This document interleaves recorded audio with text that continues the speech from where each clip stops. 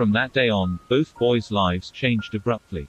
And a little more than a week has passed since that meeting, since Sakusa saw death with his eyes, since Sakusa did nothing but think of Atsumu. Sakusa, every night, always finds someone willing to accompany him home, or nearby, and this someone is often one between Bokuto and Hinata. Atsumu, every night, waits for Sakusa in the alley where they met, never finding him there waiting for him. By now after midnight, Atsumu leaves the alley and decides to walk through the illuminated streets of Osaka, hoping to be able to catch a glimpse of Sakusa, but without success. Sakusa gets out of Bokuto's car, waving at him, finding himself not at his house, but near the city station which, fortunately, isn't very far from his house. After adjusting the bag over his shoulder and covering his mouth with his white mask, Sakusa walks home, humming one of those songs he heard in Bokuto's car. Sakusa Kiyomi. A deep and hoarse voice behind him, which said his name, makes the blood in Sakusa's veins freeze. I finally found you. Sakusa, upon hearing his name, turns back abruptly, before bumping into a tall, muscular boy with olive green eyes tending to blood red. Sakusa opens his eyes wide, gulps loudly in fear, and backs away as Ashijima looks at him, smiling and showing his sharp teeth and sparkling red eyes.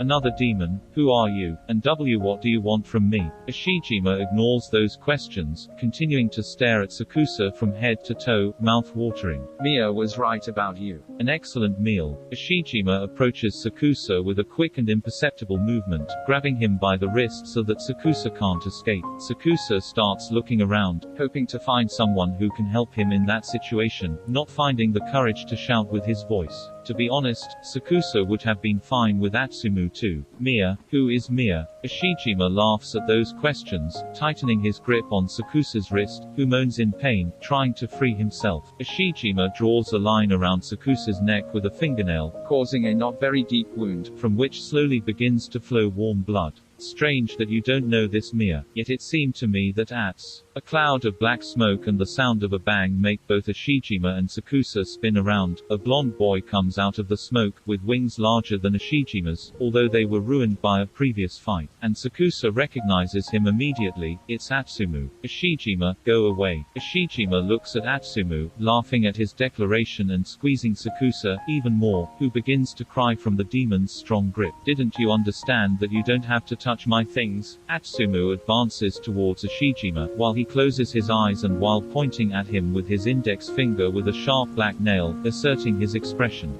After a few seconds, Atsumu moves his gaze to Sakusa, who is with his back against a wall, while he's watering and while he's bleeding from both his wrist and neck, with Ashijima's nails penetrating his skin. Since when has he been yours? I don't think you made him yours, Miya. Ashijima grabs Sakusa's face, showing Atsumu Sakusa's white neck still intact and with no bite marks, but only with a wound from Ashijima.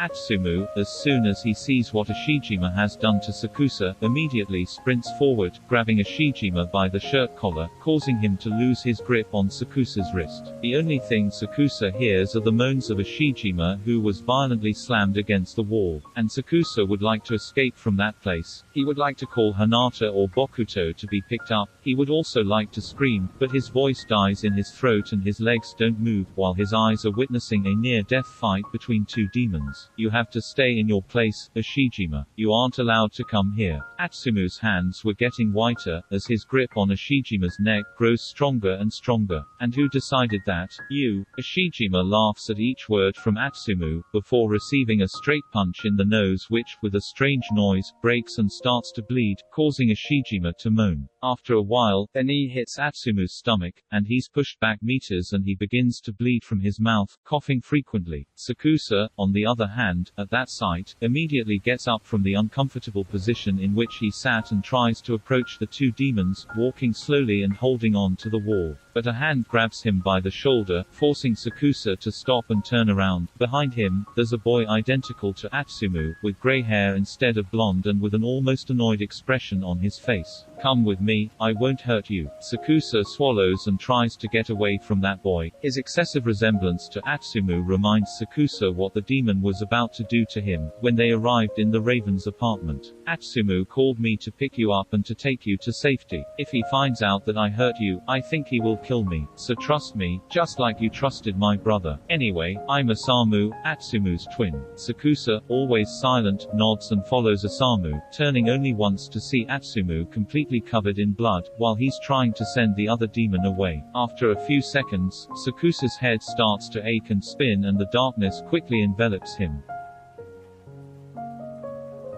He's been sleeping for 2 hours, doesn't it seem strange to you? I swear to God that if a she, Sumu, shut up for a moment. Upon hearing these voices, Sakusa opens his eyes wide, causing the two twin demons, who were staring at him a few centimeters from his face, to startle. Idiot, you woke him up. Osamu, after glaring at his brother, leaves the room, leaving Atsumu and Sakusa alone. Atsumu is covered in plasters, bandages, and bands on his face, neck, chest, and arms as blood continues to trickle from his nose and purple bruises stand out on his pale skin. Sakusa looks around, realizing that he isn't in his house, but that he's in a rather dark and cold room, devoid of furniture. Where am I? In those conditions, Sakusa felt pain even just talking. Atsumu looks at him, remaining silent for a few seconds. Sakusa realizes how the Atsumu who was staring at him disturbingly was different from the Atsumu who had tried to kill him a week earlier. You are in my house, Omi. Sakusa then stands up abruptly, then holding his head that had started to spin again due to the sudden movement. I have to go back to my house, Atsumu. Atsumu laughs at that phrase and leans against the wall beside the bed, with his arms crossed over his chest. Sakusa gives the blonde demon a murderous look that doesn't seem to intimidate Atsumu. Baby, in these conditions you wouldn't survive even for a minute. Atsumu's voice is cold again and the boy, after looking at Sakusa again, leaves the room, allowing another boy to take his place. Sakusa looks at the raven boy who had just entered. He has wavy black hair, he has gunmetal blue eyes, surrounded by two deep dark circles. Unlike the Miya's, his skin isn't pale, but it's slightly tanner and there's a small smile on his face, although shy and unhappy. Sakusa isn't afraid of him, on the contrary, he seems friendlier than Atsumu and Osamu. Kiyomi, right? Sakusa nods to the boy's question, who sits next to him, making Sakusa lie down and placing a warm and damp cloth over his forehead and eyes. Calm down, it's just to prevent you from seeing. Seeing what? And then, who are you? The boy chuckles, putting a hand over his mouth and squinting his eyes. Seeing what I'm going to do to you. Humans cannot bear such a vision. And sorry for not introducing myself, my name is Akashi Keiji, and I am a protege of the Miya's. What? A protege? That is a minor demon who needs protection in order not to be killed by other demons. And in return, the protege has to work for them. Luckily Osamu and I have known each other since high school, so they spared me part of the work. A minor demon, sorry for the constant questions but...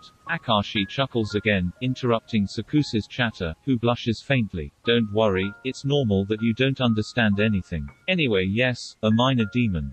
The Miya's, or Osamu and Atsumu, are demons, let's say they are noble demons. And they are also very powerful. All demons like me want to be part of the family. Sakusa remains silent as he tries to sort out and figure out all the information Akashi is giving him. Atsumu is a powerful and noble demon. But what exactly does he want from him? Why do you come looking for us humans? Sakusa asks again, before Akashi removes the cloth from his eyes, then helping him to sit on the bed. The strong light coming from outside forces Sakusa to keep his eyes closed, before getting used to it. We feed on you humans, but not like humans feed every day. We feed ourselves once every...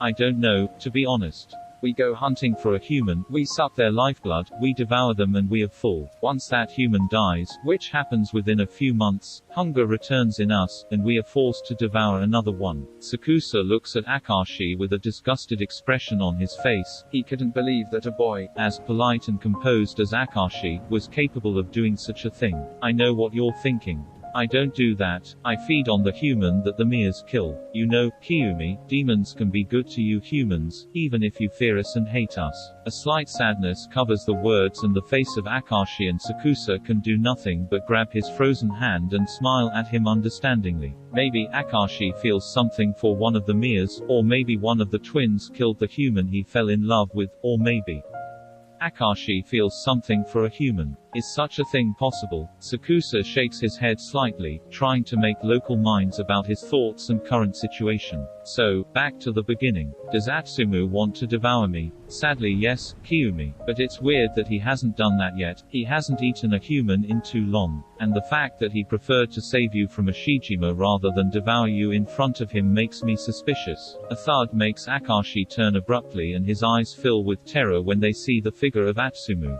KG, how many times do I have to tell you? You don't have to tell humans about our world. You know Osamu doesn't like it. Akashi nods with his head down and, after looking at Sakusa and after giving him a little bow, he runs out of the room, letting Atsumu in, while Sakusa's cheeks are colored a bright red. Happy to see me, honey. So, demons can really be good to humans. Maybe Akashi yes, but surely Atsumu isn't one of them. Yet, Sakusa feels something different in himself when he sees Atsumu. Maybe it's just the fear of being devoured. Or maybe, no, he can't be in love with a demon.